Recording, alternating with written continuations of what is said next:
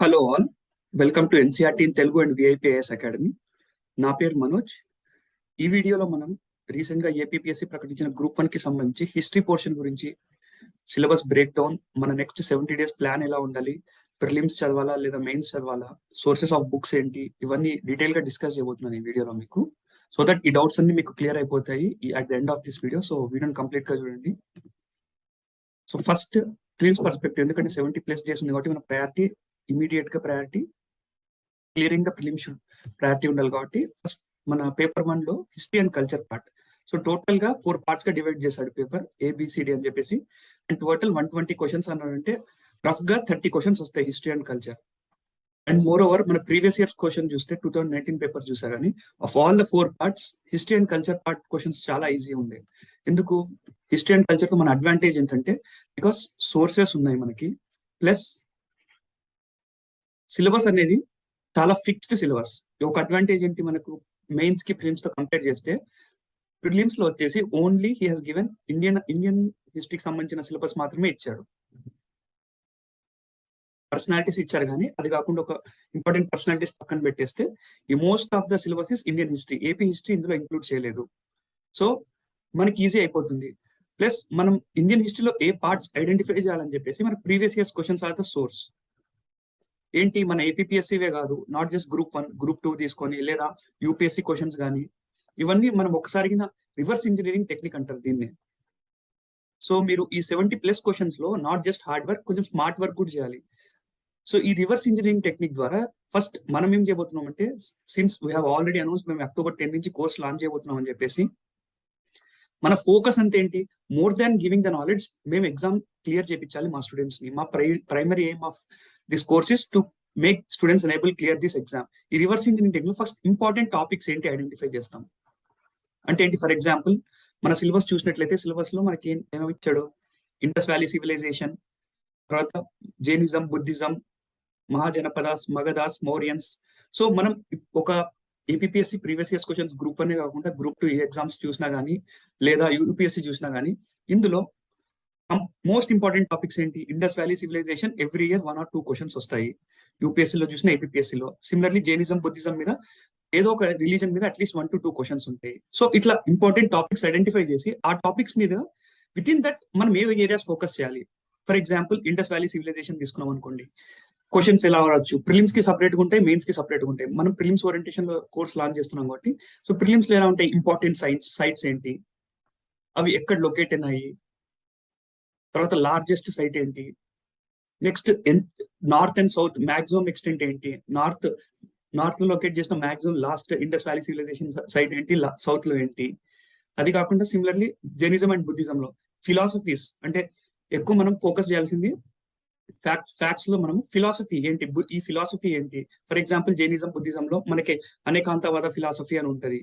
So ఆ philosophy ఏంటి, ఇలాంటి క్వశ్చన్స్, ఈ 1 bit క్వశ్చన్స్ అన్నట్టు దీని మీద, ఇట్లాంటి దాని మీద ఫోకస్ చేయాలి. సిమిలర్లీ కల్చర్ పార్ట్ లో వచ్చేసేసి మన కేవ్ ఆర్కిటెక్చర్, ఇవన్నీ ఈ జైనిజం, బుద్ధిజం చదువుతున్నప్పుడే కరెస్పాండింగ్ ఆ పీరియడ్ ఆఫ్ టైమ్ లో ఏ కల్చర్ ఎలా ఎవాల్వ్ అయింది, కల్చర్ ఇన్ ద సెన్స్ మన రిలీజియన్ కానీ లేదా మన ఆర్ట్ అండ్ ఆర్కిటెక్చర్ కానీ ఎలా ఎవాల్వ్ అయింది, ఇవన్నీ ఇంపార్టెంట్ ఫోకస్ ఏరియాస్ అన్నట్టు మనకి ప్రిలిమ్స్ పర్స్పెక్టివ్ లో. సిమిలర్లీ మెయిన్స్ లో కూడా మనం క్వశ్చన్స్ కాంట్రిబ్యూషన్స్ గురించి క్వశ్చన్స్ ఎక్కువ అడుగుతారు మనకి మెయిన్స్ లో. Since this is prelims oriented course major గా మనము ఈ డైమెన్షన్స్ లో కవర్ చేసి అట్ ద సేమ్ టైం మీరు మెయిన్ సిలబస్ కంపేర్ చేస్తే Indian history plus AP history ఉంటుంది మెయిన్స్ లో. సో ఈ ఏపీ హిస్టరీ కూడా సపరేట్ గా ఇప్పుడు కవర్ చేయట్లేదు కానీ మనము ఈ ఇండియన్ హిస్టరీ కవర్ చేసేస్తున్నాం. బికాస్ మన ప్రిలిమ్స్ ఓరియంటేషన్ లో కోర్స్ లాంచ్ చేసినా కానీ మెయిన్స్ ఓరియంటేషన్ లో మనకు అక్కడ కవర్ అయిపోతుంది. So almost 50% of your syllabus is completed for హిస్టరీకి సంబంధించి. సిమిలర్లీ మన సిమిలర్ సబ్జెక్ట్స్ చూసినట్టయితే జాగ్రఫీ, అవి కూడా ఇట్లా కవర్ చేయబోతున్నాం మన కోర్స్ లో. So coming back to syllabus, so standard syllabus ఇచ్చాడు తను. అంటే ఎక్కడైనా దొరికే సోర్సెస్ మనం ఏది తీసుకున్నా కానీ Magadhas, Mauryans, foreign invasions like Indo Greek, Bactrians, Kushans, Shakas, వీళ్ళ గురించి చదువుతాం మనం దీంట్లో యాక్చువల్ గా. Similarly the Kannauj and their contributions, Badami Chalukyas. So ఇదేంటి? ఈ పార్ట్ వచ్చేసి beginning of medieval India. Next Delhi sultanates, Vijayanagara umpire.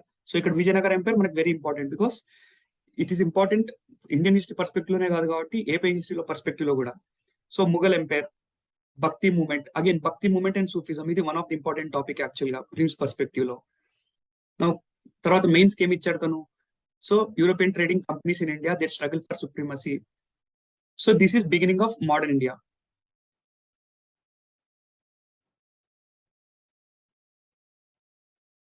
Next, Indian War of Independence of 1857. Origin, nature, causes, consequences, special reference to the concerned state. అంటే concern state అంటే ఈ 1857 revolt ఏ areas లో major గా significance చూపించింది. For example మనం చదువుతున్నప్పుడు modern ఇండియాలో 1857 southern part of ఇండియాలో అంత ఇన్ఫ్లుయెన్స్ చూపించలేదు, దానికి రీజన్స్ ఏంటి, ఇవన్నీ చదువుతాం అన్నట్టు. These are important from prelims, not just prelims, mains perspective లో కూడా. Next, India's freedom movement, revolutionaries in India and abroad. So అంటే ఏంటి, ఇక్కడ మనం non cooperation movement, quit India movement, Swadeshi movement అవన్నీ ఇక్కడ కవర్ చేస్తాం ఇండియాస్ ఫ్రీడమ్ మూవ్మెంట్స్ లో. Revolutionaries in India and abroad అంటే ఏంటి, మనం రెవల్యూషనరీస్ అంటే లైక్ ఇంపార్టెంట్ రెవల్యూషనరీస్ గురించి చదువుతాం, అనుశీలన్ సమితి అని చెప్పేసి, గదర్ పార్టీ అని చెప్పేసి. సో ఇటువంటి ఫ్యాక్ట్స్ అన్ని ఇక్కడ కవర్ చేస్తాం. నెక్స్ట్, పర్సనాలిటీస్ గురించి అడిగాడు.